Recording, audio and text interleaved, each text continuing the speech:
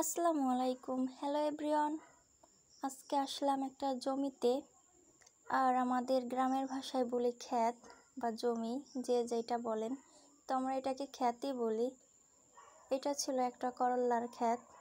তো এখানে আসছি, অনেক দিন পর আসলাম, কিছু তরকারি নিতে আসছিলাম, তো ভাবলাম একটা ভিডিও করি।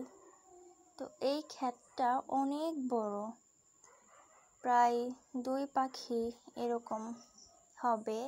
অনেক এলাকায় বিঘা বলে বা কাঠা বলে, জানি না কোন এলাকায় কি বলে, আমাদের এইখানে পাখি বলে, তো আমি ওটাই বলতেছি।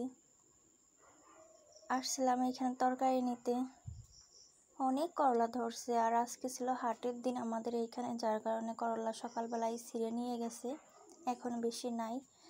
আর করলা গাছের এই সাইড দিয়ে আবার পুঁই শাক গাছ লাগাইছে, মানে একের ভিতরে দুই, একই সাথে 2টা ফসল হবে। আর পুঁই শাকের ডগাগুলো মাশাআল্লাহ অনেক ভালো ছিল। ভিডিওতে দেখাই যাচ্ছে বিশাল বড় একটা জমি, পুরোটাই করলার চাষ করা হয়েছে। এই মাথা থেকে শুরু করে ওই মাথা পর্যন্ত শুধু করলাই। এইদিকে রয়েছে পুঁই শাক গাছ।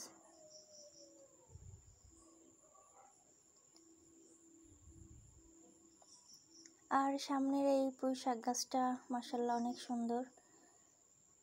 আজকে যেহেতু হাটের দিন, তো পুঁই শাকও কাটা হয়েছে সকালে।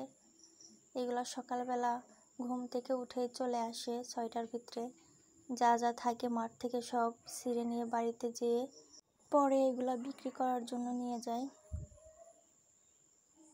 আমি করলাগুলা ছিঁড়া থেকে আগে দেখতেছি মাপ দিয়ে যে কত বড় বড় সাইজের হয়েছে। আর আমাদের এইখানে করলারে আমরা বলি উস্তা, উস্তাও বলি আবার করলাও বলি, যে যেটা বলে।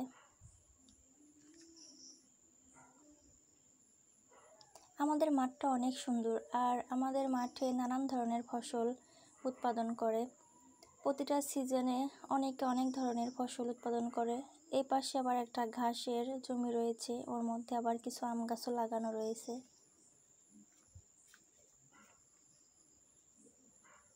এই এরিয়াটা অনেক বড়। ওই সাইডে তাল গাছ রয়েছে, আর ওই তাল গাছগুলাতে শীতের সময় রস হয়। এই তাল গাছ থেকে মামারা অনেকে আছে রস কাটে, তো এগুলো আমরা খাই।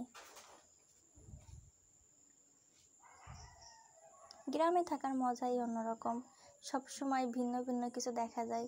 শহরে হয়তো সব সময় গাড়ি ঘোড়া, এই বড় বড় বিল্ডিং, গ্রামে হয়তো সেগুলা নাই, কিন্তু প্রাকৃতিক যে দৃশ্যগুলা, এগুলাই অনেক ভালো লাগে।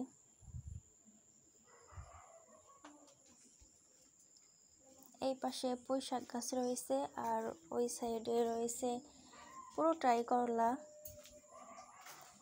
আজকে ততটা করলা নাই, কারণ সকালবেলা এটা ছিঁড়ে নিয়ে যাওয়া হয়েছে। তো আমি আসছিলাম শুধু করলা নেওয়ার জন্য, কিন্তু পুঁই শাক দেখে মনে হইতেছে এটাও নিয়ে যাই, তো আমি এখান থেকে 4-5টা ডগা নিয়ে গেছিলাম। জমির এই পুরোটা এই পাশটাতে পুঁই শাক গাছ লাগানো, আর করলা গাছ প্রায় মরা মরা ভাব হয়ে গেছে। আর এটা যখন মরে যাবে, এর ভিতর এই পুঁই শাক গাছগুলো থাকবে এবং তার মধ্যে অন্য কিছু লাগাই দেবে। গ্রামের মানুষ মানে একটার পর আর একটা যে কোনো ফসল উৎপাদন করে। ভিডিওটা এই পর্যন্তই। আল্লাহ হাফেজ।